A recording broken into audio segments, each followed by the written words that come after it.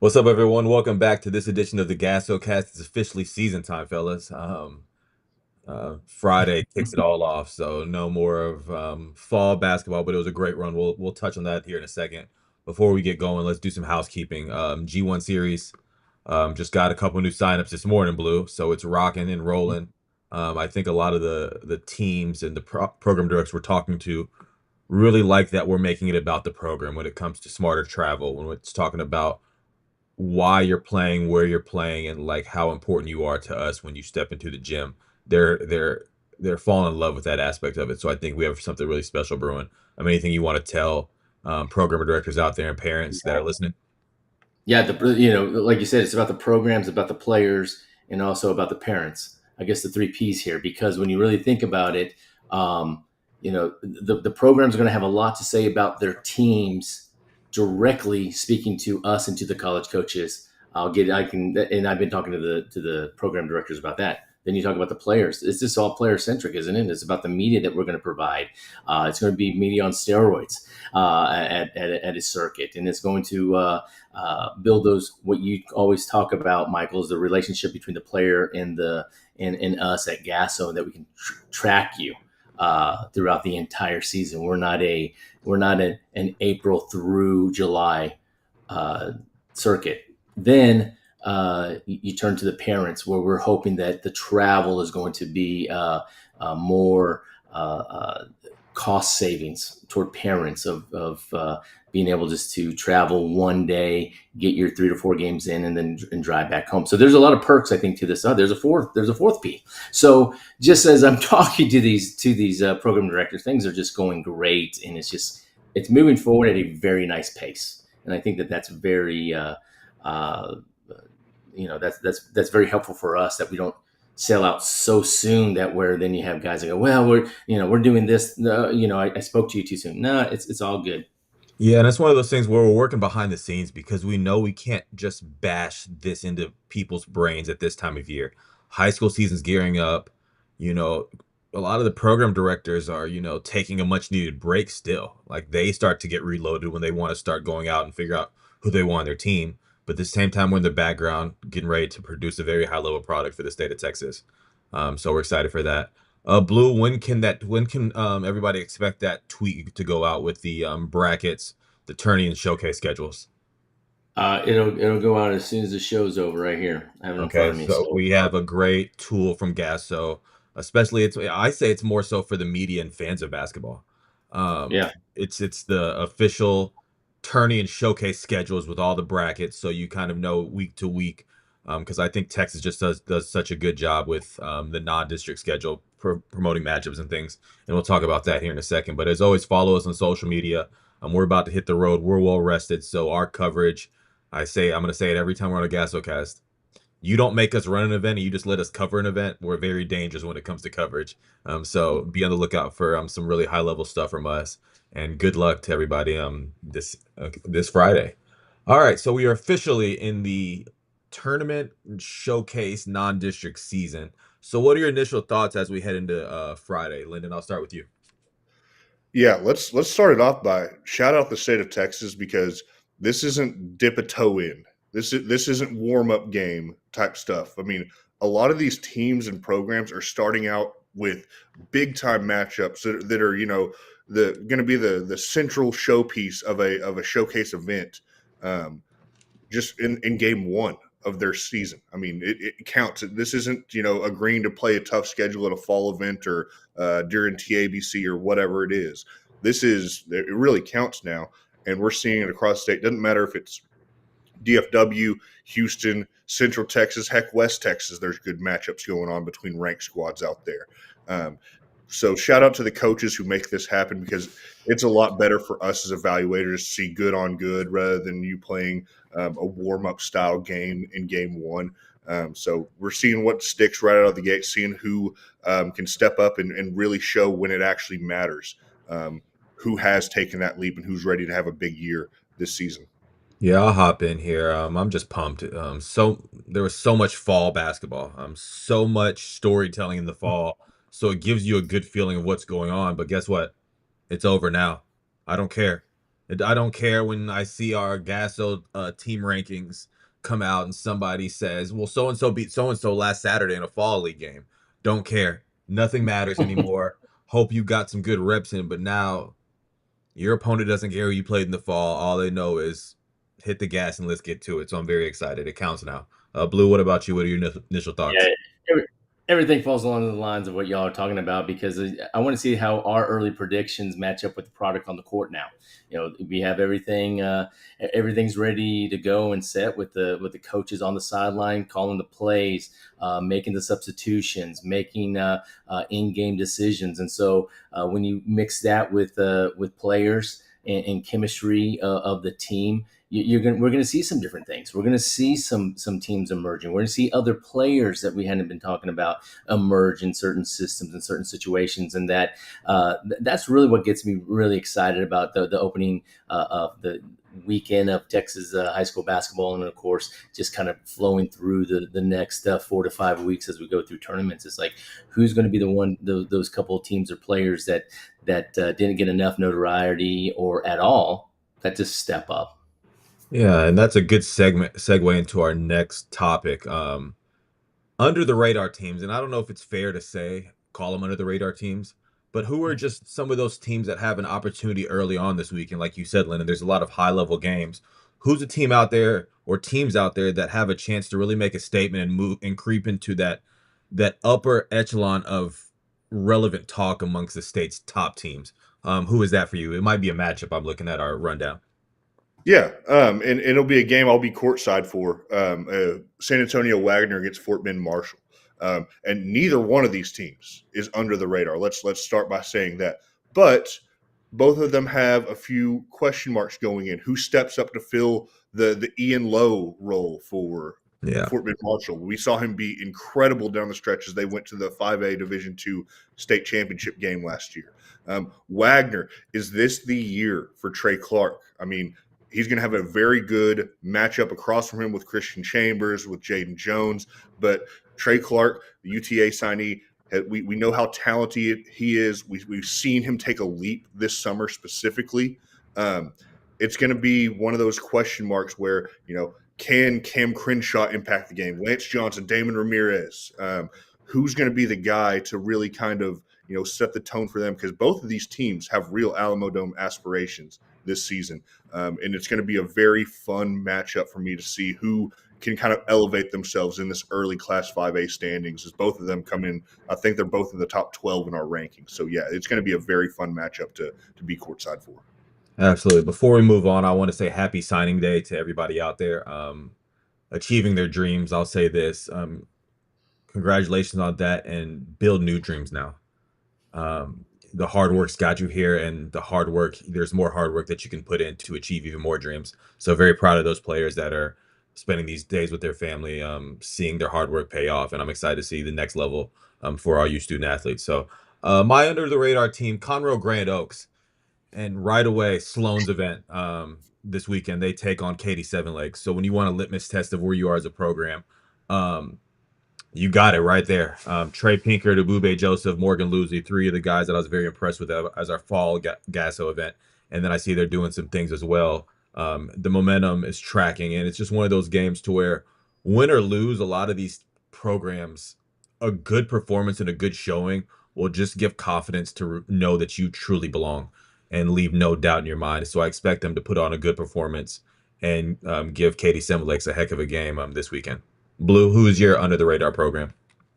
Well, I think when you look at our preseason in the private schools, John Paul entered at number 14, and they're going to face number 5, Grace Prep of the private school of just our rankings right there. And JP has already played 4 games; they're 3-1. Grace Prep is going to enter this game at 1-1, losing by 6 to Dallas.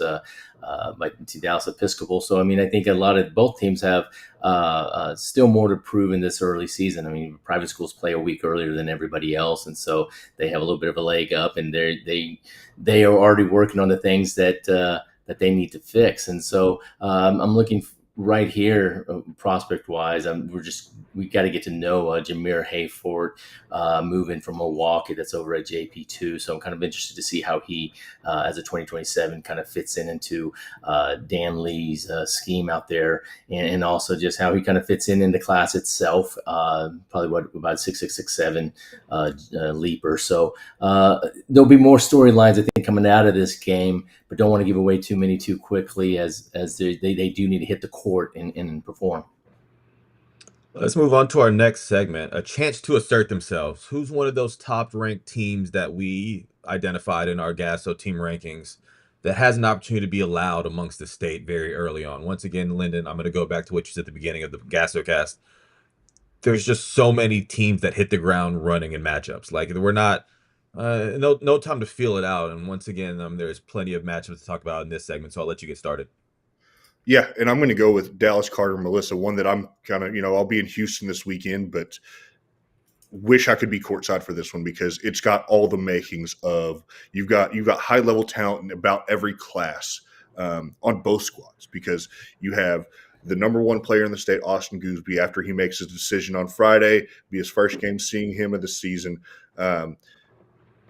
And a really talented supporting cast around him. Melissa's kind of been a question mark the last few years. I don't think they are this year. I think they're a legit top 10 team in 5A, and this can be a real statement of intent for them for how their year is going to go against, a lot of people's consensus number one team in DFW, regardless of ranking, including my own, in Dallas Carter with Amarian Jackson, or Amarian Hunter, Terrell Jackson, Caden Easton, Shaq Kizzy. I mean, all the talent that they have and the depth that they have and how hard they play.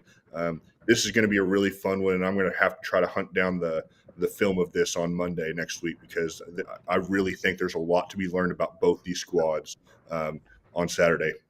I think the cool thing also is that when we're about to talk about where we're going for the weekend in a second, but I think we're all expecting to see high-level basketball. Shout out to as much fall basketball as we've seen. I know just this past weekend here in DFW, Ani and Snoop had their first look where we saw Melissa play a Parkview Arkansas team with Jacob Lanier, high-level game. Then you have the Scholastic Series at UTA where you have Melissa, Dallas Carter played Duncanville. Yeah. So you have high-level games right now. So these teams are fresh and excited and kind of know who they are. So it should be hit the ground running for high-level basketball. So I'll hop in here. Parrish and Brennan at Noble Classic caught my attention, just from the fact that you get a chance early on with two teams that are very, very confident in who they are as programs. The way they play, their style, they're the alphas every time they go out and expect to play the game the way they want to play it. Well, one of these teams is going to dictate that, and I'm excited to see who that's going to be early on, as a chance to kind of assert themselves and say, I don't care who we're playing, like it's always going to be the way we want to play. And I think both of these teams are going to come in there and want to prove something very quickly, maybe within the first 2 to 3 minutes of the game. So I'm very excited about that at the Noble Classic this weekend. Blue? Yeah, this is one that Linda's going to be courtside for, but I'm going to take this one with Houston Second Baptist, who's number one in our private school rankings, and then they're going to take on number 10 and 5A Friendswood. You're talking about two alphas out there as guards, as Chase Richardson with Friendswood, and then Reese Alston with Houston Baptist. I mean, just having that alone as your marquee play-to-player. That's going to bring a lot of drama, I think. So we'll see how those two pan out. But this was a matchup that we tried to get at the GASO Fall Tour in Houston, and both were like, well, we'll play it if you want us to, but this is also our first game of the season. So obviously we moved them off of each other because of this reason. And then you get to see them hit the court in the first game. Like, you're going to learn real quick who the supporting cast is going to be, the go-to guys after the two star players that are in our top 10 of that 2027 class. Who are they going to feed to? Who are they going to be looking for? Who's going to step up? How are the coaching matchups? You're talking about two really good coaches there in Houston, and Danny Russell at Friendswood, and then Taylor Land over at Houston Second Baptist. And so it should be a really interesting way to end the night. All right, so we've kind of hinted at where we're going to be this weekend, but let's make it official. Lyndon, I'm going to start with you. Where are you going this weekend? One storyline, and tell me one thing you love about just traveling in general. Just what's something that gets you going when we head out and get on the road? Yeah, and especially when you're going to Houston and you can see the energy in the gym, because I'll be at RCS season opener both days this weekend, and seeing how people turn out for these highly anticipated matchups, and we're getting tons of them. I mean, Blue just talked about Second Baptist versus Friendswood, but we're also getting Angleton Yates, Bel Air, and Bel Air Episcopal and Cy Park. On Friday. And then, I mean, if you look at the Saturday schedule, Cinco versus Harlan, Marshall Wagner that I talked about, Summer Creek, Westbrook's going to be a very fun matchup that I'm going to have a lot of eyes on. And then the show piece of it is Seven Lakes Atascocita. Our number one team versus our number three team in the 6A rankings. A lot of eyes. I mean, not just Houston eyes, not just Texas eyes, but a lot of eyes across the nation. College coaches, media, everybody are going to be on that one to see who can stand out and who makes that statement of intent early on in day two of the season. Absolutely. I'll be bouncing between Noble and Cowtown to start my season. And the storyline I'm looking at is host school North Crowley. They're the highest ranked DFW team in our 6A ranking.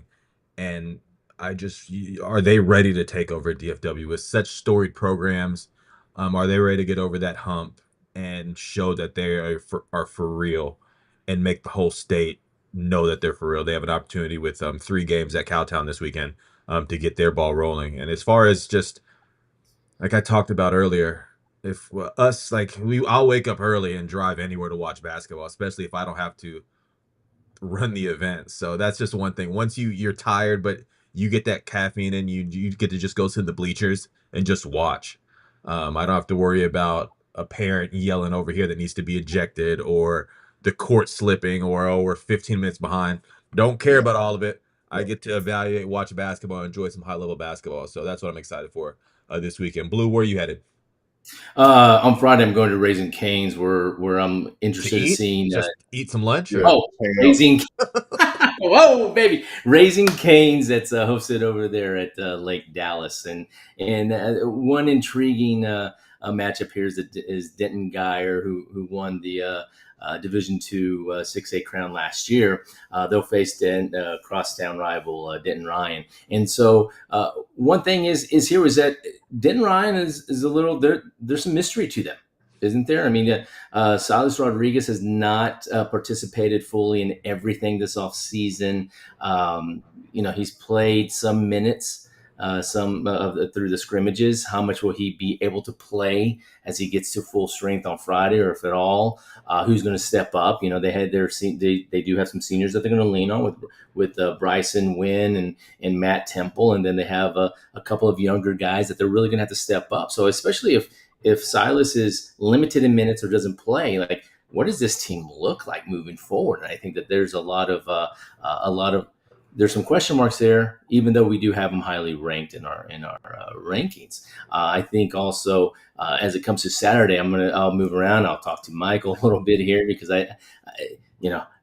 day one I can plan. Day two is a little bit harder sometimes because you might start hearing a buzz about a kid that's going to take the floor the next day, and so you may not want to miss out. So I'm a little bit of the floater here with my ears open as we get started on Friday and get through the day. And Tim Littlefield will be at the CTX showcase this weekend. You have teams like Westlake versus Clark, Vandergrift Lake Travis. I'm looking down here, Rouse versus Ellison. O'Connor's a team in San Antonio that Tim's really excited to see. They're playing Round Rock, Buda Johnson, Weiss, Brandeis, Dripping Springs, to name a few. So he'll be starting his weekend there. So Michael, he did tell me he's going to go to the Judson Westlake game, which I believe is that hosted at West. I don't know. It's in San Antonio. I don't know where it's at. It's at Judson. So there's another two ranked teams right there in the GASO preseason rankings, with Westlake, I believe, being the top 10, and then Judson at number 21 in the state. So pretty good measuring stick for both teams. Somebody wants to get up. Somebody else besides Brennan wants to show their muscle in that Region 4. And I'll say this, since we shoot our podcast middle of the week, there's going to be some things that happen next week also that we won't preview. But next Tuesday, Frisco Heritage versus Melissa, which will be Gasso's number 1 versus number 2 player, going head to head. at Frisco Heritage next Tuesday. So by that time, you'll have Duke signee Bryson Howard versus wherever Austin Gooseby decides to commit this weekend, going head to head. And it's one of those things. If you're a fan of basketball, I miss that. Like when you have these moments and these opportunities, I hope that gym's packed with not just students, but I mean, you're it's Duke versus another power. I mean, wherever Goosby's going, So that's where you want to be, and I would love to see that gym packed with just fans of basketball to see special prospects. Yep. So just wanted to preview that before we hop into this weekend. But so many more basketball, so much basketball this weekend. I'm happy that the season's here. I'm happy to gas up the cars and get it started, fellas. So until next week, we're gonna have so much to talk about next week. Who knows what the storylines are gonna be? Who knows what those team rankings are gonna change very quickly? But the ball's in y'all's hands, fellas.